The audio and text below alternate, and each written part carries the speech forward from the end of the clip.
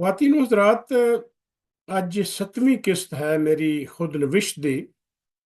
ਔਰ ਜਿਵੇਂ ਮੈਂ 6ਵੀਂ ਕਿਸ਼ਤ 'ਚ ਅਰਜ਼ ਕੀਤਾ ਸੀ ਕਿ ਪਾਕਿਸਤਾਨ ਬਣ ਗਿਆ।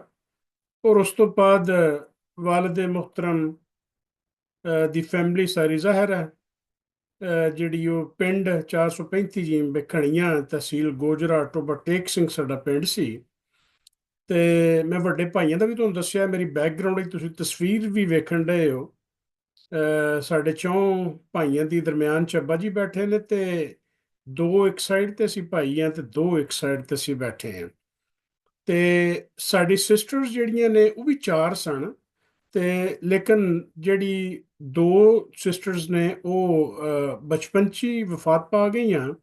ਔਰ ਦੋ ਭੈਣਾਂ ਸਾਡੀਆਂ ਜਿਹੜੀਆਂ ਉਹ ਮਾਸ਼ਾਅੱਲਾ ਵਧੀਆਂ ਵੱਡੀਆਂ ਹੋਈਆਂ।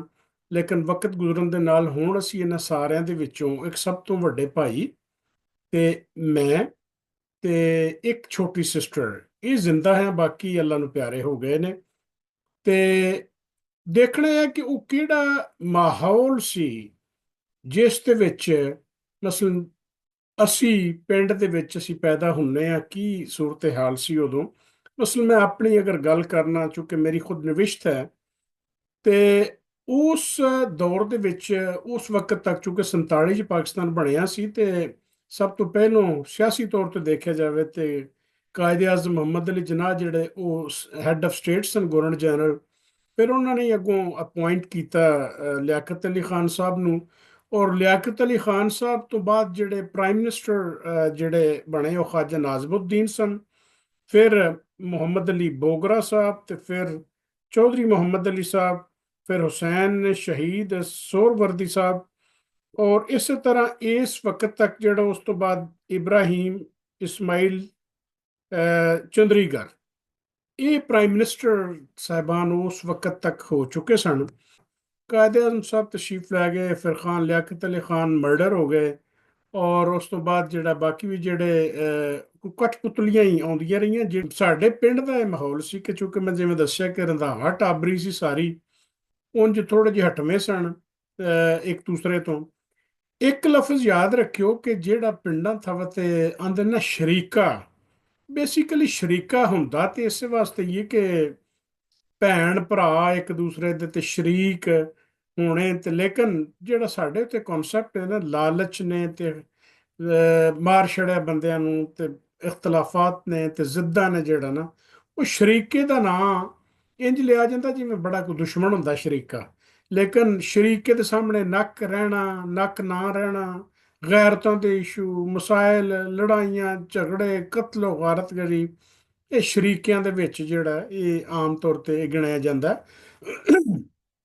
ਸਾਡੀ ਸੂਰਤ ਹਾਲ ਇਹ ਸੀ ਕਿ ਪਾਕਿਸਤਾਨ ਬਣਨ ਤੋਂ ਬਾਅਦ 1952 ਦੇ ਏੜ ਗੇੜ 'ਚ ਕਿਤੇ ਸਾਡੇ ਪਿੰਡ ਦੇ ਵਿੱਚ ਜਿਹੜਾ ਉਹ ਇੱਕ ਮਰਡਰ ਹੋਇਆ, ਜਿਹੜਾ ਸਾਡੀ ਟਾਬਰੀ ਕੋਲੋਂ ਦੂਸਰੇ ਉਹ ਵੀ ਰੰਧਾਵੇ ਹੀ ਸਨ, ਭਰਾ ਹੀ ਸਨ ਸਾਡੇ। ਲੇਕਿਨ ਜ਼ਾਹਿਰ ਹੈ ਇਖਤਲਾਫਾਤ ਤੇ ਲੜਾਈਆਂ ਪੜਾਈਆਂ ਜਿਹੜੀਆਂ ਹੁੰਦੀਆਂ ਰਹੀਆਂ। ਤੇ ਉਸ ਕੇਸ ਦੇ ਵਿੱਚ ਜਿਹੜੇ ਅੱਬਾ ਜੀ ਹੋਰੀ ਤੇ ਇਹਨਾਂ ਦੇ ਚਾਚੇ ਦੇ ਪੁੱਤਰ ਜਿਹੜੇ ਨੇ, ਇਹ 13 ਬੰਦੇ ਜਿਹੜੇ ਨੇ, ਇਹਨਾਂ ਨੂੰ ਕੋਈ 25-25 ਸਾਲ ਸਜ਼ਾ ਹੋਈ। ਲੇਕਿਨ ਉਹ ਫਿਰ 4-5 ਸਾਲ ਦੇ ਵਿੱਚ ਉਹ ਦੱਸਦੇ ਹੁੰਦੇ ਸਨ ਕਿ ਉਹ ਬਰੀ ਹੋ ਗਏ। ਕਿਤੇ ਹਾਇਰ ਕੋਰਟ ਦੇ ਚੋਂ ਟਰਾਇਲ ਕੋਰਟ ਨੇ 25-25 ਸਾਲ ਸਜ਼ਾ ਦਿੱਤੀ, ਲੇਕਿਨ ਉਤੋਂ ਜਿਹੜਾ ਕੋਰਟ ਜਿਹੜਾ ਆਲਾ ਅਦਲੀਆ ਕਹਿ ਲਓ ਤੁਸੀਂ, ਉੱਥੇ ਜਾ ਕੇ ਤਾਂ ਉਹਨਾਂ ਦੀ ਬਰੀਅਤ ਹੋ ਗਈ। ਲੇਕਿਨ ਜ਼ਾਹਿਰ ਉਹ ਦੁਸ਼ਮਣੀ ਦਾ ਮੁੱਢ ਜਿਹੜਾ ਨਾ ਉਹ ਵੱਜ ਗਿਆ ਪਿੰਡ ਦੇ ਵਿੱਚ। ਔਰ ਉਹ ਬੜੀ ਦੇਰ ਫਿਰ ਜਿਹੜੀ ਉਹ ਚੱਲਦੀ ਰਹੀ, ਇਖਤਲਾਫਾਤ ਚੱਲਦੇ ਰਹੇ, ਲੜਾਈਆਂ ਪੜਾਈਆਂ ਪਿੰਡਾਂ ਉੱਥੇ ਹੁੰਦੀਆਂ ਰਹੀਆਂ। ਔਰ ਲੜਾਈਆਂ ਸ਼ਰੀਕੇ ਜਿਹੜੇ ਨੇ ਇਹ ਨਵੀਂ ਤੋਂ ਨਵੀਂ ਦੁਸ਼ਮਣੀਆਂ ਵੀ, ਜਿਹੜੇ ਅੱਜ ਦੇ ਸੱਜਣ, ਅੱਜ ਦੇ ਵੀਰ, ਅੱਜ ਦੇ ਭਰਾ, ਅੱਜ ਦਾ ਸ਼ਰੀਕਾ ਕਹਿ ਲਓ, ਉਹ ਕੁਝ ਅਰਸੇ ਬਾਅਦ ਉਹ ਹੀ ਦੁਸ਼ਮਣ ਕਨਵਰਟ ਹੋ ਗਏ। ਇਹੋ ਜ਼ਿਮੀਂਦਾਰੇ ਤੋਂ, ਪਾਣੀ ਲਾਉਣ ਤੋਂ, ਖਾਲਾਂ ਬੰਨੇ ਵੱਢਣ ਤੋਂ ਜਿਹੜਾ ਇਹ ਲੜਾਈਆਂ ਜਿਹੜੀਆਂ ਆਮ ਤੌਰ ਤੇ ਸ਼ੁਰੂ ਹੁੰਦੀਆਂ ਸਨ। ਤੇ ਉਹ ਬਜ਼ੁਰਗ ਸਾਡੇ ਦੱਸਦੇ ਨੇ ਕਿ ਉਹ ਜਿੰਨੀ ਦੇਰ ਵੀ 4-5 ਸਾਲ ਉਹਨਾਂ ਕੱਟੀ ਜੇਲ੍ਹ ਦੇ ਵਿੱਚ, ਤੇ ਉਹ ਬੜੇ ਉੱਥੋਂ ਦੀ ਸਟੋਰੀਆਂ ਦੱਸਦੇ ਕਿ ਅੱਬਾ ਜੀ ਦੀ ਆਦਤ ਨੂੰ ਤੁਸੀਂ ਡਾਇਰੀ ਲਿਖਣ ਦੀ ਨਾ, ਤੇ ਉਹ ਲਿਖਦੇ ਹੁੰਦੇ ਸਨ। ਉਹਨਾਂ ਦੀ ਡਾਇਰੀ ਹਾਲੇ ਵੀ ਕਿਤੇ ਪਈ ਹੋਏਗੀ, ਤੇ ਉਹ ਦੱਸਦੇ ਹੁੰਦੇ ਸਨ ਕਿ ਮੈਂ ਚੂੰਕਿ ਇਹਨਾਂ ਚੋਂ ਕੁਝ ਬਿਹਤਰ ਪੜ੍ਹਿਆ ਸਾਂ, ਤੇ ਜੇਲ੍ਹ ਦੇ ਵਿੱਚ ਚੂੰਕਿ ਸਾਰਾ ਮੁਆਜ਼ਨਾ ਕੀ ਹੁੰਦਾ, ਇਹੀ ਹੁੰਦਾ ਕਿ ਉਹ ਵੀ ਕੈਦੀ ਤੇ ਉਹ ਵੀ ਕੈਦੀ ਤੇ ਉਹ ਵੀ ਕੈਦੀ, ਤੇ ਅਸੀਂ 12 13 ਭਰਾ ਸਾਂ। ਤੇ ਸਾਡਾ ਉੱਥੇ ਜਿਹੜਾ ਨਾ ਸਿੱਕਾ ਜੇਲ੍ਹ ਦੇ ਵਿੱਚ ਵੀ ਚੱਲਦਾ ਸੀ। ਉਂਝ ਉੱਥੇ ਬੜਾ ਅਜੀਬ ਕਲਚਰ ਹੁੰਦਾ ਸੀ ਕਿ ਮੀਆਂ ਵਾਲੇ ਦੇ ਲੋਕ ਜਿਹੜੇ ਨੇ ਉਹ ਵੀ ਉੱਥੋਂ ਕੋਈ ਕੈਦ ਕੂਦ ਕੱਟ ਕੇ ਇੱਥੇ ਆਏ ਹੁੰਦੇ ਹਨ, ਤੇ ਉਹਨਾਂ ਨੇ ਬੜੀਆਂ ਬੜੀਆਂ ਮੁੱਛਾਂ ਰੱਖੀਆਂ ਹੁੰਦੀਆਂ ਸਨ। ਤੇ ਇਹ ਬਜ਼ੁਰਗ ਸਾਡੇ ਦੱਸਦੇ ਨੇ ਕਿ ਅਸੀਂ ਵੀ ਜਿਹੜਾ ਨਾ ਫਿਰ ਕੀ ਕਰਨਾ ਵੀ ਮੁੱਛਾਂ ਪਹਿਲੋਂ ਤੇ ਅਸੀਂ ਏਡੀਆਂ ਰੱਖੀਆਂ ਨਹੀਂ ਸਨ, ਲੇਕਿਨ ਅਸੀਂ ਫਿਰ ਮੁੱਛਾਂ ਵੱਡੀਆਂ ਰੱਖਣੀਆਂ ਤੇ ਰਾਤ ਨੂੰ ਉਹਨੂੰ ਬੰਨ੍ਹ ਛੱਡਣਾ ਤੇ ਸਵੇਰੇ ਤਾ ਚੜਿਆ ਹੋਣਾ। ਇਹ ਉਹ ਚੀਜ਼ਾਂ ਜਿਹੜੀਆਂ ਲੜਾਈਆਂ ਪੜਾਈਆਂ ਚੱਲਦੀਆਂ ਪਿੰਡਾਂ 'ਚ। ਤੇ ਉੱਥੇ ਅੱਬਾ ਜੀ ਕਹਿੰਦੇ ਨੇ ਕਿ ਵੀ ਮੇਰੀ ਡਿਊਟੀ ਚੁੱਕ ਮੈਂ ਪੜ੍ਹਿਆ ਲਿਖਿਆ ਤੇ ਸਟੋਰ ਤੇ ਲੱਗ ਗਈ ਕਿ ਕੈਦੀਆਂ ਨੂੰ ਜਿਹੜਾ ਘਿਓ ਦੇਣਾ ਖਾਣਾ ਪੀਣਾ ਜੋ ਦੇਣਾ ਨਾ, ਮੈਂ ਉਹਦਾ ਇੰਚਾਰਜ ਲੱਗ ਗਿਆ। ਦੇ ਵਿੱਚ ਵੀ ਕਿਉਂਕਿ ਅਸੀਂ ਭਰਾ ਸਾਂ, ਚਾਚੇ ਬਾਬੇ ਦੇ ਪੁੱਤਰ ਸਾਂ ਸਾਰੇ, ਤੇ ਬੜਾ ਵਜ੍ਹਾ ਸਾਡਾ ਬੜੀ ਉੱਥੇ ਰੋਬ ਦਬਦਬਾ ਹੁੰਦਾ ਸੀ।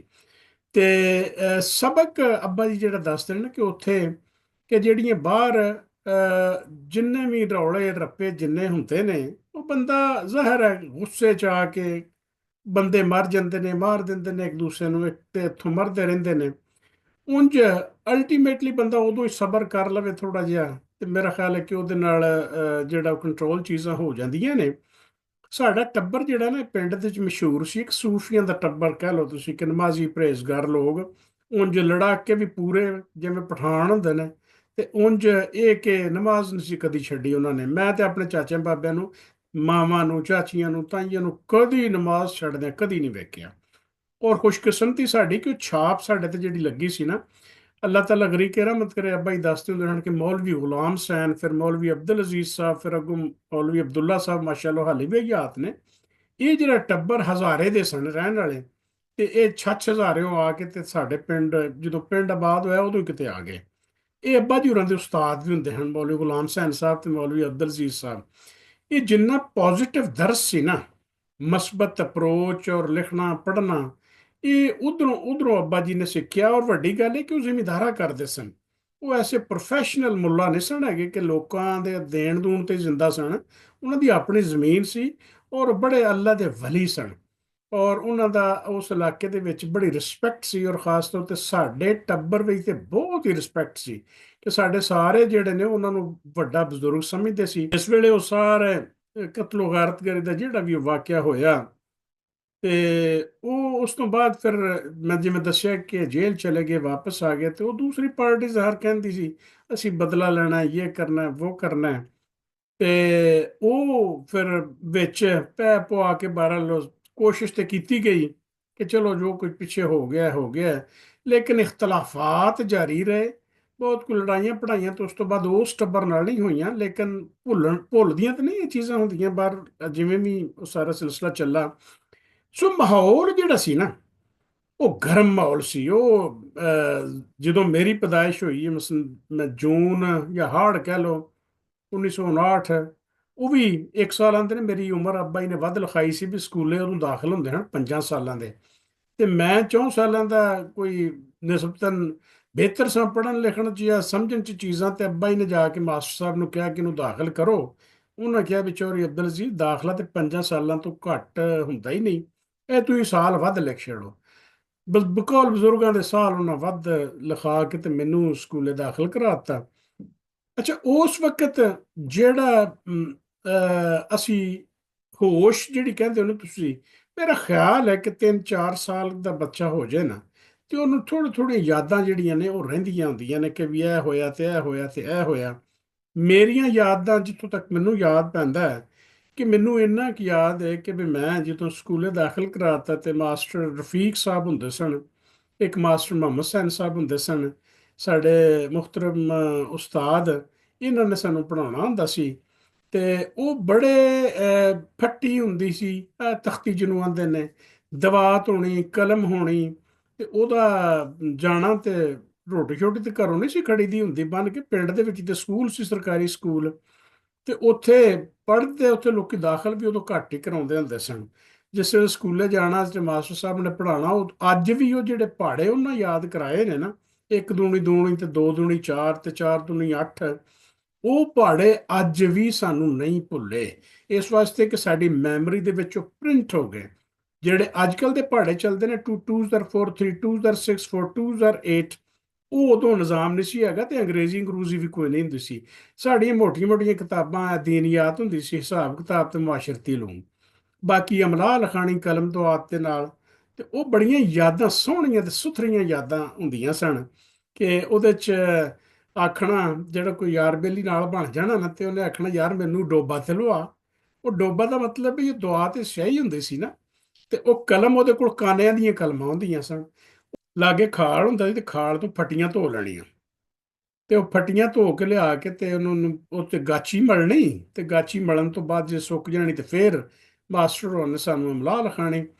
ਤੇ ਅਲਫ ਬੇ ਪੇ ਤੇ ਟੇਸੇ, ਤੇ ਕਾਇਦਾ ਵੀ ਸਾਡਾ ਜਿਹੜਾ ਉਹ ਬਾਬੇ ਹੁੰਦਾ ਸੀ, ਬੇ ਅਲਫਬਾ ਬੇ ਅਲਫਬਾ ਬਾਬਾ, ਉਹ ਹੀ ਕਾਇਦਾ ਹੁੰਦਾ ਸੀ। ਇਹ ਲੰਮੀਆਂ ਚੌੜੀਆਂ ਜਿਹੜੀ ਬਸਤੇ ਹੁਣ ਭਾਰੇ ਹੋਏ ਨੇ ਨਾ, ਇਹ ਉਦੋਂ ਨਹੀਂ ਸਨ ਹੈਗੇ।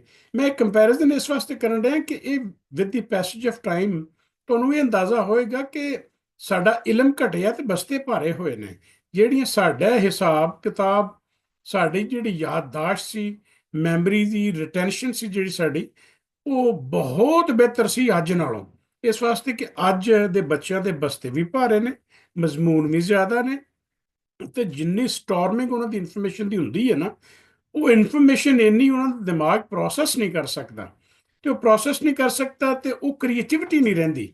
ਔਰ ਅੱਜ ਕੱਲ ਜਿਹੜਾ ਇਹੋ ਹੀ ਜ਼ਿਆਦਾ ਜਿਹੜਾ ਪ੍ਰੋਬਲਮ ਜਿਹੜਾ ਸ਼ੁਰੂ ਹੋਇਆ ਹੈ। ਔਰ ਮੈਂ ਸਮਝਦਾ ਕਿ ਅਗਰ ਅੱਜ ਵੀ ਫੋਕਸਡ ਸਿਲੇਬਸ ਕਰ ਲਿਆ ਜਾਵੇ, ਤੇ ਮੇਰਾ ਖਿਆਲ ਹੈ ਕਿ ਉਹਦੇ ਚ ਲਰਨਿੰਗ ਵੀ ਬਿਹਤਰ ਹੈ, ਮੈਮਰੀ ਉਹਦਾ ਨੌਲੇਜ ਦੀ ਰਿਟੈਂਸ਼ਨ ਵੀ ਜਿਹੜੀ ਹੈ ਉਹ ਬਿਹਤਰ ਹੋ ਸਕਦੀ ਹੈ। ਖੈਰ, ਇਹ ਫਿਰ ਹੋਣਾ ਸਲੇਟ ਹੋਣੀ, ਚਾਕ ਜਾਂ ਸਲੇਟੀ ਦੇ ਨਾਲ ਲਿਖਣਾ, ਸਲੇਟੀ ਦੇ ਨਾਲ। ਤੇ ਸਾਹਮਣੇ ਉਹ ਤਖਤਾ ਸਿਆਹ ਹੋਣਾ, ਬਲੈਕ ਬੋਰਡ ਜਿਹਨੂੰ ਆਉਂਦੇ ਨੇ, ਤੇ ਮਾਸਟਰ ਸਾਹਿਬ ਨੇ ਚਾਕ ਦੇ ਨਾਲ ਲਿਖਣਾ। ਅੱਜ ਕੱਲ ਤੇ ਮਾਰਕਰ ਆ ਗਏ ਨਾ, ਮਾਰਕਰਾਂ ਦੇ ਨਾਲ ਹੀ ਉੱਤੇ ਲਿਖਦੇ ਨੇ, ਤੇ ਵਾਈਟ ਬੋਰਡ ਆ ਗਏ ਨੇ। ਹੁਣ ਤੇ ਬੜੀ ਮਾਡਰਨਾਈਜ਼ ਚੀਜ਼ਾਂ ਹੋ ਗਈਆਂ ਨੇ, ਤੇ ਉਦੋਂ ਸਸਤੇ ਜ਼ਮਾਨੇ ਹੁੰਦੇ ਹਨ, ਸਿੱਧੇ ਸਿੱਧੇ ਕੰਮ ਹੁੰਦੇ ਹਨ। ਜ਼ਿਆਦਾ ਜ਼ੋਰ ਹੁੰਦਾ ਸੀ ਗਿਣਨ ਦਾ, ਹਿਸਾਬ ਤੇ ਬਹੁਤ ਜ਼ਿਆਦਾ ਜ਼ੋਰ ਹੁੰਦਾ ਸੀ। ਤੇ ਉਦੋਂ ਕੱਚੀ ਪੱਕੀ, ਪਹਿਲੀ ਦੂਜੀ ਤੀਜੀ ਚੌਥੀ ਪੰਜਵੀਂ, ਇਹ ਸਾਰਾ ਨਿਜ਼ਾਮ ਉੱਥੇ ਚੱਲਦਾ ਹੁੰਦਾ ਸੀ। ਸਵੇਰੇ ਸਵੇਰੇ ਅਸੀਂ ਸਕੂਲੇ ਚਲੇ ਜਾਣਾ, ਤੇ ਸਕੂਲੇ ਜਾ ਕੇ ਤੇ ਅਸੀਂ ਵਿੱਚ ਇੱਕ ਤਫਰੀਹ ਹੁੰਦੀ ਹੁੰਦੀ ਸੀ, ਜਿਹਨੂੰ ਇੰਟਰਵਲ ਕਹਿੰਦੇ ਨੇ। ਤਫਰੀਹ ਹੋਣੀ, ਤੇ ਫਿਰ ਨਾਲ ਘੰਟੀ ਸਕੂਲ ਦੀ ਵੱਜਣੀ, ਟਨ ਟਨ ਟਨ ਟਨ ਟਨ ਟਨ ਟਨ, ਪਤਾ ਹੋਣਾ ਵੀ ਛੁੱਟੀ ਹੋ ਗਈ ਹੈ। ਤੇ ਉਸ ਵੇਲੇ ਫੱਟੀ ਤੇ ਬਸਤਾ ਉਹ ਚੁੱਕਿਆ ਹੋਣਾ, ਤੇ ਬਸਤੇ ਦੇ ਵਿੱਚ ਕਿਤਾਬਾਂ ਦੋ ਤਿੰਨ ਹੋਣੀਆਂ ਸਿਰਫ, ਤੇ ਕਲਮ ਦੁਆਤ ਹੋਣਾ। ਉਹ ਘਰ ਆਣਾ, ਤੇ ਕੋਈ ਲੰਮੇ ਚੌੜੇ ਹੋਮਵਰਕ ਨਹੀਂ ਸਨ ਹੁੰਦੇ। ਜਿਹੜਾ ਕੰਮ ਕਰਾਉਣਾ ਹੁੰਦਾ ਸੀ ਨਾ, ਇਹ ਸਾਰਾ ਕੰਮ ਉੱਥੇ ਹੀ ਸਕੂਲੇ ਹੀ ਜ਼ਿਆਦਾ ਕੰਮ ਜਿਹੜਾ ਹੁੰਦਾ ਸੀ। ਹਾਂ, ਜਦੋਂ ਗਰਮੀਆਂ ਦੀਆਂ ਛੁੱਟੀਆਂ 2-2 ਮਹੀਨੇ ਹੁੰਦੀਆਂ ਸਨ ਨਾ, ਉਦੋਂ ਜਿਹੜਾ ਨਾ ਉਹ ਹੋਮਵਰਕ ਮਿਲਦਾ ਸੀ, ਕਿ ਜਿਹੜਾ ਅਸੀਂ ਇੰਨਾ ਹੋਮਵਰਕ ਇੱਥੋਂ ਤੱਕ ਕਰਕੇ ਲਿਆਉਣਾ ਹੈ। ਆਮ ਦਿਨਾਂ ਦੇ ਵਿੱਚ ਜਿਹੜਾ ਹੋਮਵਰਕ ਵਗੈਰਾ ਕੋਈ ਨਹੀਂ ਸੀ। ਔਰ ਦੇਖੋ, ਅੱਜ ਵੀ ਤੁਹਾਡੇ ਜਿਹੜੇ ਵੈਸਟਰਨ ਕੰਟਰੀਜ਼ ਨੇ, ਅਮਰੀਕਾ, ਨਾਰਥ ਅਮਰੀਕਾ, ਯੂਰਪ ਹੈ ਨਾ, ਇੱਥੇ ਬੱਚਿਆਂ ਨੂੰ ਘੱਟ ਤੋਂ ਘੱਟ ਹੋਮਵਰਕ ਦਿੰਦੇ ਨੇ। ਸਾਡੇ ਤੇ ਲੱਦ ਦਿੰਦੇ ਨੇ ਫੜ ਕੇ। ਇੱਕ ਤੇ ਪਹਿਲੋਂ ਬਸਤਾ ਭਾਰਾ ਸਕੂਲਾਂ ਦੇ ਵਿੱਚ, ਫਿਰ ਉਹ ਇੰਨਾ ਹੋਮਵਰਕ ਦਿੰਦੇ ਨੇ ਕਿ ਮਾਵਾਂ ਭੈਣਾਂ ਪਿਓ ਥੱਕ ਜਾਂਦੇ ਨੇ ਹੋਮਵਰਕ ਕਰਾਉਂਦਿਆਂ। ਉਹ ਅੱਲਾ ਦੇ ਉਹ ਬੰਦੇ ਹੋ, ਬੱਚੇ ਦਾ ਜ਼ਿਹਨ ਹੈ, ਉਹਦੀ ਕੈਪੈਸਿਟੀ, ਉਹਦੀ ਮੈਮਰੀ, ਉਹਦੀ ਸਟੋਰੇਜ ਇੱਕ ਖਾਸ ਲਿਮਟ ਹੈ ਉਹਦੀ। ਉਸ ਲਿਮਟ ਤੋਂ ਜਿਸ ਵੇਲੇ ਅਸੀਂ ਵਧਨੇ ਆ ਨਾ, ਤੇ ਸਾਡੀ ਨੌਲੇਜ ਦੀ ਰਿਟੈਂਸ਼ਨ ਹੁੰਦੀ ਹੀ ਨਹੀਂ। ਇਸ ਵਾਸਤੇ ਜਿਹੜਾ ਨਾ ਕੋਸ਼ਿਸ਼ ਇਹ ਕਰਨੀ ਚਾਹੀਦੀ ਹੈ ਕਿ ਇੱਕ ਤਾਂ ਉਮਰ ਐਡੀ ਯੰਗਸਟਰ ਏਜ ਦੇ ਵਿੱਚ ਦਾਖਲ ਨਹੀਂ ਕਰਾਉਣਾ ਚਾਹੀਦਾ। ਨੰਬਰ 2, ਏਡੇ ਬਹੁਤ ਵੱਡੇ ਮਜ਼ਮੂਨਾਂ ਵਾਲੇ ਕੋ ਨਹੀਂ ਵੀ ਇਹ ਅੰਗਰੇਜ਼ੀ ਵੀ ਪੜ੍ਹ ਜੇ, ਉਰਦੂ ਵੀ ਪੜ੍ਹ ਜੇ, ਪੰਜਾਬੀ ਵੀ ਪੜ੍ਹ ਜੇ, ਦੀਨੀਅਤ ਵੀ ਪੜ੍ਹ ਜੇ, ਮੁਆਸ਼ਰਤੀ ਉਲੂਮ ਵੀ ਪੜ੍ਹ ਜੇ, ਹਿਸਾਬ ਵੀ ਪੜ੍ਹ ਜੇ। ਇਹ ਨਹੀਂ ਠੀਕ ਹੈਗਾ। ਇਹ ਤੁਸੀਂ ਲੈਂਗੁਏਜ, ਪਹਿਲੀ ਗੱਲ ਤੇ ਕਿ ਜੇ ਪੰਜਾਬੀ ਸਾਡੀ ਮਾਦਰੀ ਲੈਂਗੁਏਜ ਹੈ, ਤੇ ਸਾਰਿਆਂ ਨੂੰ ਆਪਣੀ ਮਾਦਰੀ ਲੈਂਗੁਏਜ ਪੜ੍ਹਨਾ ਚਾਹੀਦਾ ਹੈ। ਤੁਸੀਂ ਅੰਦਾਜ਼ਾ ਲਾਓ ਨਾ ਕਿ ਬੱਚਾ ਕਿੰਨਾ ਡਬਲ ਮਾਈਂਡਡ ਹੁੰਦਾ ਹੈ। ਜੰਮਦਾ ਹੈ, ਤੇ ਚਾਰ ਚਫੇਰੇ ਉਹਦੀ ਮਾਂ ਭੈਣ ਧੀ ਜਿਹੜੀ ਹੈ, ਹੁਣ ਤੇ ਉਹ ਵੀ ਉਰਦੂ ਬੋਲਣ ਲੱਗ ਪਏ ਨੇ। ਮਾਂ ਬੋਲੀ ਨੂੰ ਛੱਡਣਾ ਤੇ ਬੜਾ ਜ਼ੁਲਮ ਹੈ ਮਾਂ ਬੋਲੀ ਦੇ ਨਾਲ। ਖੈਰ, ਅਸੀਂ ਉਹ ਸਾਰਾ ਕੰਮ ਜਿਹੜਾ ਨਾ ਉਹ ਵੇਖਣਾ। ਪੰਜਵੀਂ ਤੱਕ ਇਸੇ ਤਰ੍ਹਾਂ ਸਾਡੇ ਜਿਹੜੇ ਨੇ ਉਹ ਚੀਜ਼ਾਂ ਜਿਹੜੀਆਂ ਨੇ ਉਹ ਚੱਲਦੀਆਂ ਰਹੀਆਂ, ਕਿ ਇਮਲਾਵਾਂ ਵੀ ਲਿਖਣੀਆਂ, ਪਹਾੜੇ ਵੀ ਯਾਦ ਕਰਨੇ, ਫੱਟੀਆਂ ਵੀ ਲਿਖਣੀਆਂ। ਫਿਰ ਇੱਕ ਜਿਹੜਾ ਐਪਰੀਸ਼ੀਏਸ਼ਨ ਦੀ ਗੱਲ ਹੁੰਦੀ ਹੈ, ਕਿ ਉਹ ਇਮਤਿਹਾਨ ਹੋਣਾ ਨਾ, ਤੇ ਉਦੋਂ ਬੜੀ ਗੱਲ ਹੁੰਦੀ ਸੀ ਵੱਡਾ ਆਨਾ 10 ਪੈਸੇ। ਤੇ ਇਹ ਬਾਬੇ ਸਾਡੇ ਜਿਹੜੇ ਹੁੰਦੇ ਸਨ ਨਾ, ਅੱਲਾਹ ਤਾਲਾ ਵੱਲੋਂ ਗੋਡ ਬਲੈਸਡ ਚੀਜ਼ਾਂ ਹੁੰਦੀਆਂ ਨੇ। ਹੁਣ ਅੱਜ ਜਿਹਨੂੰ ਕਹਿੰਦੇ ਨੇ ਕਿ ਐਪਰੀਸੀਏਸ਼ਨ, ਐਨਕਰੇਜਮੈਂਟ, ਕਿ ਇਹਦੇ ਨਾਲ ਬੱਚਾ ਜਿਹੜਾ ਜ਼ਿਆਦਾ ਸਿੱਖਦਾ ਹੈ। ਯਾਰ ਜਿੰਨੀ ਉਦੋਂ ਇਨਕਰੇਜਮੈਂਟ ਸੀ ਨਾ ਇਸ ਗੱਲ ਦੀ, ਠੀਕ ਹੈ ਮਾਂ ਪਿਓ ਜਿਹੜਾ ਕੁੱਟ ਪੰਡ ਵੀ ਲੈਂਦਾ ਸੀ ਕਿਸੇ ਗਲਤੀ ਤੋਂ, ਉਂਝ ਜਿਹੜੇ ਬਾਬੇ ਹੁੰਦੇ ਸਨ ਬੜਾ ਧਿਆਨ ਰੱਖਦੇ ਹੁੰਦੇ ਸਨ। ਜਾ ਕੇ ਅਸੀਂ ਚਾਚੇ ਬਾਬੇ ਦੇ ਪੁੱਤਰ ਇਕੱਠੇ ਹੀ ਸਾਰੇ ਪੜ੍ਹਦੇ ਹੁੰਦੇ ਸਾਂ। ਤੇ ਦੱਸਣਾ, ਬਾਬਾ ਸ਼ਾਹਦੀਨ ਅੱਲਾ ਬਖਸ਼ਾ ਆਪਣੇ ਬਾਹਰ ਉਹਨੇ ਟਾਹਲੀ ਥੱਲੇ ਮੰਜੀ ਡਾਈ ਹੋਣੀ। ਤੇ ਜਿਸ ਵੇਲੇ ਅਸੀਂ ਆਉਣਾ ਨਾ, ਬਾਬਾ ਸ਼ਾਹਦੀਨ ਸਾਡੇ ਜਿਹੜੇ ਨਾ ਦਾਦਾ ਜੀ ਦੇ ਸਕੇ ਭਾਈ ਸਨ ਛੋਟੇ, ਤੇ ਉਹ ਡੇਰੇਦਾਰ ਬੰਦੇ ਸਨ। ਤੇ ਬਾਬਾ ਜੀ ਜਿਹੜੇ ਸਾਡੇ ਸਕੇ ਦਾਦਾ ਜੀ ਗੁਲਾਮ ਨਾਦਰ, ਉਹ ਡੇਰੇਦਾਰ ਨਹੀਂ ਸਨ ਹੈਗੇ। ਉਹ ਆਂਦੇ ਹਨ ਸ਼ਾਹਦੀਨ ਐਵੇਂ ਬਹਿ ਰਹਿੰਦਾ ਨਾ, ਕੰਮ ਨਹੀਂ ਕਰਦਾ ਕੋਈ। ਤੇ ਬਾਬਾ ਜੀ ਸਹੀ ਵਾਹੀਵਾਲ ਸਨ, ਕੰਮ ਕਰਦੇ ਹੁੰਦੇ ਸਨ। ਤੇ ਉਹ ਸਕੇ ਭਰਾ ਸਨ, ਪਿਆਰ ਤੇ ਉਹਨਾਂ ਦਾ ਬੜਾ ਸੀ। ਤੇ ਜਿਸ ਵੇਲੇ ਸਕੂਲੋਂ ਆਉਣਾ ਤੇ ਆ ਕੇ ਤੇ ਰਾਹ ਦੇ ਵਿੱਚ ਆਖਣਾ, ਉਹ ਜ਼ਫਰ ਜੀ ਬਾਬਾ ਜੀ, ਭਾਈ ਅੱਜ ਤੁਹਾਡੇ ਚੋਂ ਫਸਟ ਕਿਹੜਾ ਆਇਆ? ਮੈਂ ਆਣਾ ਬਾਬਾ ਜੀ, ਮੈਂ ਆਇਆ। ਭਾਈ ਆ ਲੈ ਫੜ ਵੱਡਾ ਆਨਾ, ਉਹ 10 ਪੈਸੇ ਉਹਨਾਂ ਦੇਣੇ ਮੈਨੂੰ। ਤੇ ਮੈਂ ਬੜਾ ਖੁਸ਼ ਹੋਣਾ ਕਿ ਲੈ ਜੀ ਅੱਜ ਬੜੀ ਗੱਲ ਹੈ, ਬਾਬਾ ਜੀ ਨੇ ਅੱਜ ਇਨਾਮ ਦਿੱਤਾ, ਤੇ ਬੜਾ ਇਨਕਰੇਜ ਹੋਣਾ। ਇੱਕ ਬੜਾ ਅਜੀਬ ਵਾਕਿਆ ਹੁੰਦਾ ਕਿ ਉਹ ਚਾਚੇ ਬਾਬੇ ਦੇ ਪੁੱਤਰ ਸਾਰੇ ਇਕੱਠੇ ਹੀ ਹੁੰਦੇ ਸਨ, ਤੇ ਇੱਕ ਮੇਰਾ ਨਾਲ ਹੁੰਦਾ ਸੀ, ਤੇ ਉਹ ਆਂਦਾ, ਉਹਨੇ ਅਮੂਮਨ ਪੜ੍ਹਨ ਚ ਲਈ ਥੋੜਾ ਕਮਜ਼ੋਰ ਸੀ। ਉਹਨੇ ਫੇਲ ਹੋ ਜਾਣਾ। ਤੇ ਉਹਨੇ ਆਖਣਾ ਕਿ ਯਾਰ ਤੂੰ ਨਾ ਘਰ ਜਾ ਕੇ ਇਹ ਨਾ ਦੱਸੀ ਬਈ ਇਹ ਫੇਲ ਹੋ ਗਿਆ, ਤੂੰ ਆਖੀ ਵੀ ਮੈਂ ਫੇਲ ਹੋ ਗਿਆ, ਇਹ ਪਾਸ ਹੋ ਗਿਆ। ਮੈਂ ਇਸ ਤਰ੍ਹਾਂ ਹੀ ਆ ਕੇ ਦੱਸ ਦੇਣਾ, ਤੇ ਪਤਾ ਤਾਂ ਘਰ ਵਾਲਿਆਂ ਨੂੰ ਹੁੰਦਾ ਸੀ। ਉਂਝ ਉਹਨੇ ਖੁਸ਼ ਹੋ ਜਾਣਾ ਕਿ ਬਈ ਬੜੀ ਗੱਲ ਹੈ ਵੀ ਤੂੰ ਮੇਰੀ ਖਾਤਰ ਇਹ ਕੰਮ ਕੀਤਾ ਹੈ। ਮਾਸਟਰ ਵੀ ਬੜੇ ਸ਼ਫੀਕ ਹੁੰਦੇ ਹਨ, ਬਹੁਤ ਪਿਆਰੇ ਹੁੰਦੇ ਸਨ। ਉਹ ਆ ਜਿਹੜਾ ਕੰਮ ਸੀ ਨਾ, ਜਿਹੜਾ ਮੁਰਗਾ ਬਣਾਉਣਾ, ਕੰਨ ਫੜਾਉਣੇ, ਜਿਹੜੀ ਛਾਉਣੀ ਨਾ, ਉਹ ਤੇ ਉਹ ਕਰਦੇ ਸਨ। ਲੇਕਿਨ ਉਹਨਾਂ ਦੀ ਸਖਤੀ ਦੇ ਵਿੱਚ ਵੀ ਪਿਆਰ ਹੁੰਦਾ ਸੀ। ਉਹ ਐਡੇ ਸ਼ਫੀਕ ਹੁੰਦੇ ਸਨ ਕਿ ਉਹ ਮਾਰਦੇ ਕੁੱਟਦੇ ਜਾਂ ਡਾਂਟਦੇ ਸਨ, ਤੇ ਉਹਦੇ ਵਿੱਚ ਵੀ ਸਬਕ ਹੁੰਦਾ ਸੀ। ਤੇ ਉਹ ਉਹਨਾਂ ਦੀ ਇੱਕ ਇੱਕ ਗੱਲ ਜਿਹੜੀ ਉਹ ਬੜੀ ਕੀਮਤੀ ਹੁੰਦੀ ਸੀ। ਤੇ ਉਹਨਾਂ ਦਾ ਇਹਤਰਾਮ ਅੱਜ ਵੀ, ਹੁਣ ਤਾਂ ਖੈਰ ਉਹਨਾਂ ਚੋਂ ਜ਼ਿੰਦਾ ਕੋਈ ਨਹੀਂ ਰਿਹਾ, ਲੇਕਿਨ ਬੜੀ ਦੇਰ ਜਦੋਂ ਕਦੀ ਸਾਨੂੰ ਪਿੰਡ ਅਸੀਂ ਜਾਣਾ ਨਾ, ਤੇ ਰਾਜ ਕਿਤੇ ਮਾਸ ਸਾਹਿਬ ਨੇ ਸਾਈਕਲ ਤੇ ਆਉਣਾ, ਤੇ ਅਸੀਂ ਫਟਾਫਟ ਜਾ ਕੇ ਉਹਨਾਂ ਕੋਲ ਸਾਈਕਲ ਫੜਨਾ। ਇਹਤਰਾਮ ਦੀ ਅਲਾਮਤ ਸੀ ਉਹ, ਕਿ ਮਾਸਟਰ ਜੀ ਸਾਈਕਲ ਛੱਡ ਦਿਓ। ਮਾਸਟਰ ਜੀ ਨੇ ਅਲੱਗਾ ਹੋ ਜਾਣਾ, ਸਾਈਕਲ ਨਾਲ ਫੜ ਕੇ ਟੁਰ ਪੈਣਾ। ਇਹ ਉਸਤਾਦਾਂ ਦੀ ਇੱਜ਼ਤ ਹੁੰਦੀ ਸੀ, ਮੁਕਾਮ ਹੁੰਦਾ ਸੀ। ਉਂਝ ਉਹ ਉਸਤਾਦ ਵੀ ਹੋਰ ਸਨ, ਅੱਜ ਦਾ ਉਸਤਾਦ ਵੀ ਹੋਰ ਹੈ। ਇਹ ਤੇ ਹੌਲੀ ਹੌਲੀ ਅੱਗੋਂ ਜ਼ਿਕਰ ਹੋਏਗਾ ਨਾ, ਕਿ ਸਾਡੇ ਇਦਾਰਿਆਂ ਨੂੰ ਤਬਾਹ ਕਿਵੇਂ ਕੀਤਾ ਗਿਆ, ਸਾਡੇ ਐਜੂਕੇਸ਼ਨ ਨੂੰ ਤਬਾਹ ਕਿਵੇਂ ਕੀਤਾ ਗਿਆ। ਉਹ ਪਿਆਰ, ਉਹ ਮੁਹੱਬਤ, ਉਹ ਲਰਨਿੰਗ ਕਿਉਂ ਨਾ ਰਹੀ। ਲੇਕਿਨ ਉਹ ਆਹਿਸਤਾ ਆਹਿਸਤਾ ਅਗਲੀ ਕਿਸ਼ਤਾਂ ਦੇ ਵਿੱਚ ਹੋਏਗਾ। ਖੈਰ, ਮੈਨੂੰ ਇੱਥੇ ਤੱਕ ਯਾਦ ਹੈ ਕਿ 5ਵੀਂ ਤੱਕ ਜਿਹੜਾ ਉਹ ਪਿੰਡ ਜਿਹੜਾ ਪੜ੍ਹੇ, ਤੇ ਉਸ ਤੋਂ ਬਾਅਦ ਸਾਡਾ ਜਿਹੜਾ 6ਵੀਂ ਦਾ ਸਕੂਲ ਸੀ ਨਾ, ਉਹ ਪਿੰਡ ਤੋਂ ਕੋਈ 10-12 ਕਿਲੋਮੀਟਰ ਦੂਰ ਸੀ। ਤੇ ਉੱਥੇ ਅਮੂਮਨ ਫਿਰ ਉਦੋਂ ਲੋਕੀ ਘੋੜੀਆਂ ਤੇ ਜਾਂਦੇ ਹੁੰਦੇ ਸੀ, ਜਾਂ ਸਾਈਕਲ ਰੱਖੇ ਹੁੰਦੇ ਸੀ। ਤੇ ਮੈਨੂੰ ਬਾਈ ਨੇ ਇੱਕ ਸਾਈਕਲ ਹੀ ਲੈ ਦਿੱਤੀ। ਤੇ 310 ਠੱਠਾ ਸਕੂਲ ਹੁੰਦਾ ਸੀ, ਉਹ ਸੈਕੰਡਰੀ ਸਕੂਲ ਉਹ ਸੀ। ਸਾਡੇ ਪਿੰਡ ਪ੍ਰਾਇਮਰੀ ਸਕੂਲ ਹੀ ਹੈ ਸੀ। ਤੇ ਪ੍ਰਾਇਮਰੀ ਸਕੂਲ ਦੇ ਵਿੱਚ ਪੜ੍ਹ ਕੇ ਤੇ 6ਵੀਂ 'ਚ ਮੈਂ ਉੱਥੇ ਦਾਖਲ ਹੋ ਗਿਆ। ਉਹ ਇਸੇ ਦੌਰਾਨ ਹੀ ਜਿਹੜਾ ਨਾ, ਮੈਨੂੰ ਜਿਹੜਾ ਪਿੰਡ ਦੇ ਕਲਚਰ ਦੀ ਮਿਸਾਲ ਦੇਣ ਲੱਗਾ ਤੁਹਾਨੂੰ। ਸਾਡੇ ਪਿੰਡ ਦੇ ਵਿੱਚ ਨਾ ਕੋਈ ਪੱਕੀ ਸੀ ਤੇ ਨਾ ਕੋਈ ਬਿਜਲੀ ਸੀ। ਤੇ ਪਿੰਡ ਦੇ ਵਿੱਚ ਰਹਿਣ ਦੇ ਵਾਸਤੇ ਸਾਡੇ ਕੀ ਹੁੰਦਾ ਸੀ, ਇੱਕ ਕੱਚੇ ਕੋਠੇ ਹੁੰਦੇ ਸਨ, ਜਿਹੜੇ ਕਿ ਆਖਣਾ ਕਿ 2 ਸ਼ਤੀਰ ਦਾ ਕੋਠਾ, ਤੇ 3 ਸ਼ਤੀਰਾਂ ਦਾ, ਤੇ 6 ਸ਼ਤੀਰਾਂ ਦਾ ਕੋਠਾ। ਉਹਨਾਂ ਸ਼ਤੀਰਾਂ ਵਾਲੇ ਕੋਠਿਆਂ ਦੇ ਵਿੱਚ ਜਿਹੜਾ ਅਸੀਂ ਉਹ ਰਹਿੰਦੇ ਹੁੰਦੇ ਸਾਂ। ਨਾਲ ਇੱਕ ਚਲਿਆਣੀ ਹੁੰਦੀ ਸੀ, ਜਿਹਨੂੰ ਬੂਹੇ ਰਿਸਣ ਲੱਗੇ ਹੁੰਦੇ। ਔਰ ਇਹ ਚੁੱਲ੍ਹਾ ਇੱਕ ਬਾਹਰ ਹੋਣਾ, ਜਿਹਦੇ ਵਿੱਚ ਕਿ ਬਾਲਣ ਛਾਲਣ ਲਾਗੇ ਰੱਖਿਆ ਹੋਣਾ, ਤੇ ਉਹ ਚੁੱਲ੍ਹੇ ਦੇ ਉੱਤੇ ਰੋਟੀ ਮਾਂ ਨੇ ਪਕਾਉਣੀ। ਜਿਹੜੀਆਂ ਤਸਵੀਰਾਂ ਜਿਹੜੀਆਂ ਤਸਵੀਰਾਂ ਅੱਜ ਵੱਡੇ ਲੋਕੀ ਜਾ ਕੇ ਤੇ ਆਪਣੀਆਂ ਬੈਠਕਾਂ 'ਚ ਲਾਉਂਦੇ ਨੇ ਨਾ, ਕਿ ਇਹ ਜੀ ਗੋਟੀ ਏ, ਇਹ ਛੱਪੜ ਤੋਂ ਮਿੱਟੀ ਲਿਆਂਦੀ ਏ, ਤੇ ਇਹ ਪਿੰਡ ਦੀ ਖਾਤੂਨ ਹੈ, ਤੇ ਮਾਂ ਹੈ, ਤੇ ਭੈਣ ਹੈ, ਤੇ ਇਹ ਗੋਟੀ ਫੇਰਨ ਡਈ ਏ ਵਿਹੜੇ ਦੇ ਵਿੱਚ, ਇਹ ਕੱਚੇ ਕੋਠਿਆਂ ਤੇ ਲੇ ਦੇਣ ਡਈ ਏ, ਲਿੰਬਣ ਡਈ ਏ ਛੱਤ ਨੂੰ, ਜਾਂ ਇਹੋ ਜਿਹੇ ਜਿੰਨੇ ਕੰਮ ਹੁੰਦੇ ਸਨ। ਮਧਾਣੀ ਪਾਈ ਏ, ਸਵੇਰੇ ਸਵੇਰੇ ਦੁੱਧ ਰੜਕਣਾ, ਇਹ ਚਰਖਾ ਕੱਤਦੀ ਏ ਅੰਮਾ, ਇਹ ਜਿਹੜਾ ਇਹ ਕੰਮ ਹੋਣ ਡਿਆ, ਇਹ ਕੰਮ ਹੋਣ ਡਿਆ, ਇਹ ਸਾਰੇ ਉਹ ਕੰਮ ਨੇ ਜਿਹੜੇ ਅਸੀਂ ਉਹਨਾਂ ਦੇ ਵਿੱਚੋਂ ਦੀ ਲੰਘੇ ਆ। ਔਰ ਉਹਦਾ ਸਭ ਤੋਂ ਬੜਾ ਕਮਾਲ ਇਹ ਹੁੰਦਾ ਸੀ ਕਿ ਹਲਾਲ ਦੀ ਰੋਜ਼ੀ ਖਾਂਦੇ ਸਨ, ਤੇ ਹਲਾਲ ਦੀ ਅੱਗੋਂ ਔਲਾਦ ਨੂੰ ਖਵਾਉਂਦੇ ਸਨ। ਇਹ ਬੜਾ ਕਮਾਲ ਹੁੰਦਾ ਸੀ। ਫਿਰ ਜਿਹੜਾ ਪਿੰਡ ਦੇ ਵਿੱਚ ਇਹ ਸ਼ਫਕਤ ਔਰ ਮੁਹੱਬਤ ਇਹ ਸੀ। ਮੈਂ ਆਪਣੇ ਤੁਹਾਨੂੰ ਦੱਸਣਾ ਕਿ ਮੈਂ 5ਵੀਂ 'ਚ ਪੜ੍ਹਨਾ, ਤੇ ਉਹ ਟਾਈਫਾਈਡ ਬੁਖਾਰ ਹੋ ਗਿਆ।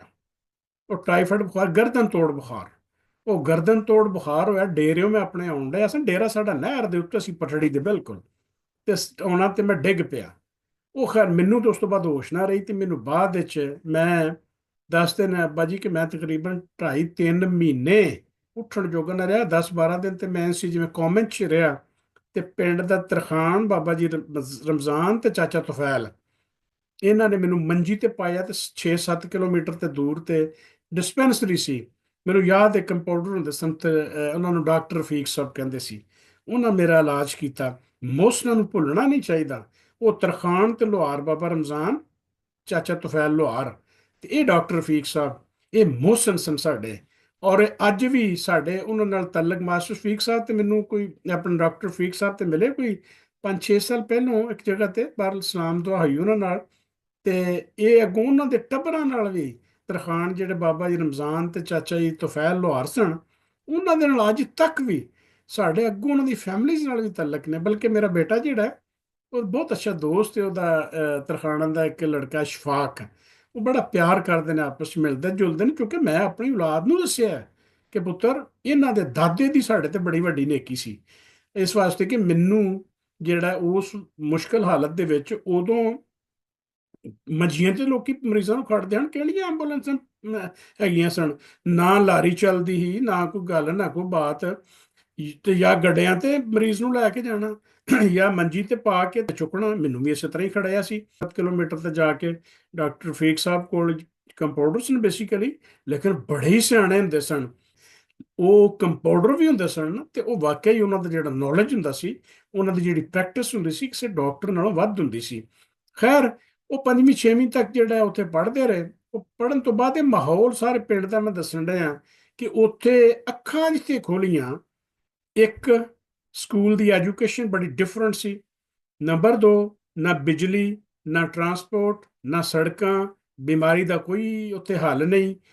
ਫਿਰ ਇਸ ਤੋਂ ਇਲਾਵਾ ਦੁਸ਼ਮਣੀ ਦਾ ਮਾਹੌਲ, ਕਿ ਪਤਾ ਲੱਗਾ ਕਿ ਇਹ ਮਹੱਲਾ, ਯਾਨੀ ਇਹ ਮਹੱਲਾ, ਇਹ ਮਹੱਲਾ, ਇਹ ਸਾਡਾ ਹੈਗਾ। ਸਾਡੇ ਪਿੰਡ ਦੇ ਬਾਜ਼ਾਰ ਬੜੇ ਬੜੇ ਖੁੱਲੇ ਬਾਜ਼ਾਰ, ਪੁਰਾਣੇ ਪਿੰਡਾਂ ਵਾਲੇ ਬਾਜ਼ਾਰ ਹੈਗੇ ਨੇ। ਤੇ ਉਹ ਟਾਬਰੀ ਜਿਹੜੀ ਹੈ, ਉਹਨਾਂ ਨਾਲ ਸਾਡੀ ਮੁਖਾਲਫਤ ਹੈਗੀ ਹੈ। ਤੇ ਅਕਸਰ ਕਿਉਂਕਿ ਇਥੋਂ ਹਿਜਰਤ ਕਰਕੇ ਜਿਹੜੇ ਜਾਂਦੇ ਹਨ, ਇਹ ਤੇ ਅਮੂਮਨ ਇਹਨਾਂ ਨੇ ਤੇ ਕਈਆਂ ਨੇ ਭੈਣੀਆਂ ਬਣਾ ਲਈਆਂ, ਡੇਰਿਆਂ ਦੇ ਘਰ ਬਣਾ ਲਏ। ਸਾਡੇ ਪਿੰਡ ਵੱਖਰੇ ਹੁੰਦੇ ਹਨ, ਡੇਰੇ ਵੱਖਰੇ ਹੁੰਦੇ ਸਨ। ਸਾਡਾ ਜਿੰਨਾ ਮਾਲ ਮੰਨੀ, ਮੱਝਾਂ ਗਾਵਾਂ ਹੁੰਦੀਆਂ ਸਨ, ਡੇਰੇ ਹੁੰਦੀਆਂ ਸਨ। ਤੇ ਉਹ ਡੇਰਿਆਂ ਤੇ ਜਿਹੜਾ ਸ਼ਾਮ ਨੂੰ ਜਵਾਨ ਬੰਦੇ ਜਿਹੜੇ ਨੇ ਜਾ ਕੇ, ਮੁੰਡੇ ਅੱਗੋਂ, ਉਹ ਡੇਰਿਆਂ ਤੇ ਸੌਂਦੇ ਹੁੰਦੇ ਹਨ। ਇਹ ਕਹਾਣੀਆਂ ਫਿਰ ਇੱਕ ਵਾਰੀ ਦੂਸਰਾ ਇੱਕ ਐਪੀਸੋਡ ਆਉਣਾ ਮੇਰਾ, ਉਹ ਜਿਹੜਾ ਇਨਸ਼ਾਅੱਲਾ ਉਹਦੇ ਚ ਪੂਰਾ ਡਿਸਕਸ ਕਰਾਂਗੇ ਕਿ ਜਿਹੜੀ ਬੰਦਾ ਜਿੱਥੇ ਰਹਿੰਦਾ ਹੈ ਨਾ, ਉਸ ਰਹਿਣ ਦੇ ਵਿੱਚ ਬੰਦੇ ਨੂੰ ਉਹਦੇ ਚ ਉਹਦੇ ਜਿਹੜੇ ਟ੍ਰੇਟਸ ਨੇ ਨਾ, ਉਹ ਬੁਜ਼ਦਲ ਹੈ, ਉਹ ਬਹਾਦਰ ਹੈ, ਉਹ ਹਾਲਾਤ ਉਹਨੂੰ ਬਣਾਉਂਦੇ ਨੇ। ਉੱਤੇ ਬੜਾ ਫਰਕ ਹੁੰਦਾ ਹੈ। ਬਲੱਡ ਲਾਈਨਸ ਵੀ ਕਾਊਂਟ ਕਰਦੀਆਂ, ਲੇਕਿਨ ਇਹ ਵੀ ਕਾਊਂਟ ਕਰਦਾ ਕਿ ਉਹ ਕਿਸ ਮਾਹੌਲ ਚ ਰਿਹਾ ਹੈ, ਉਹ ਯੂਜ਼ ਟੂ ਹੈ ਕਿ ਯੂਜ਼ ਟੂ ਨਹੀਂ ਹੈ। ਇਹ ਸਾਰੀਆਂ ਗੱਲਾਂ ਕਰਨ ਦਾ ਮਕਸਦ ਇਹ ਹੈਗਾ ਕੰਪੈਰੀਜ਼ਨ ਕੱਲ ਦਾ ਤੇ ਅੱਜ ਦਾ, ਔਰ ਕਿਹੜੇ ਮਾਹੌਲ ਦੇ ਵਿੱਚ ਅਸੀਂ ਲੋਕ ਪੜ੍ਹੇ ਲਿਖੇ। ਅੱਜ ਕੋਈ ਐਸੀ ਚੀਜ਼ ਨਹੀਂ ਜਿਹੜੀ ਸਾਡੇ ਬੱਚਿਆਂ ਨੂੰ ਦਸਤਿਆਬ ਨਾ ਹੋਵੇ। ਬਿਜਲੀ ਵੀ ਹੈ, ਟਰਾਂਸਪੋਰਟ ਵੀ ਹੈ, ਗੱਡੀਆਂ ਨੇ, ਏਸੀ ਨੇ। ਉਦੋਂ ਇਹੋ ਜਿਹੀਆਂ ਚੀਜ਼ਾਂ ਤੇ ਨਹੀਂ ਸਰਨ ਦੀਆਂ। ਉਦੋਂ ਤੇ ਸ਼ਿਕਰ ਦੁਪਹਿਰ ਤੇ ਤੂਤਾਂ ਦੀ ਛਾਂ ਤੇ ਜਾਂ ਅੰਬਾਂ ਦੀ ਛਾਂ ਹੁੰਦੀ ਸੀ। ਇਸ ਤੋਂ ਇਲਾਵਾ ਤੇ ਕੋਈ ਨਹੀਂ ਹੁੰਦਾ ਸੀ। ਤੇ ਫਿਰ ਡੇਰੇ ਜਾਣਾ, ਡੇਰੇ ਹੋਣਾ।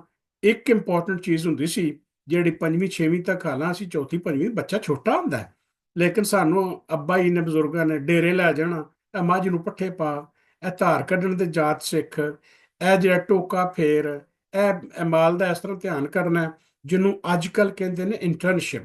ਅਸੀਂ ਆਪਣੇ ਬੱਚਿਆਂ ਨੂੰ ਇੰਟਰਨਸ਼ਿਪ ਤੋਂ ਭਜਾ ਦਿੱਤਾ। ਸ਼ੇਖ ਸਾਹਿਬਾਨ ਜਿਹੜੇ ਕਾਰੋਬਾਰ ਕਰਦੇ ਨੇ ਦੁਕਾਨਾਂ ਤੇ, ਉਹ ਅੱਜ ਵੀ ਇੰਟਰਨਸ਼ਿਪ ਕਰਾਉਂਦੇ ਨੇ। ਉਹ ਨਸਲ ਦਰ ਨਸਲ ਉਹਨਾਂ ਦੇ ਕਾਰੋਬਾਰ ਚੱਲਦੇ ਨੇ।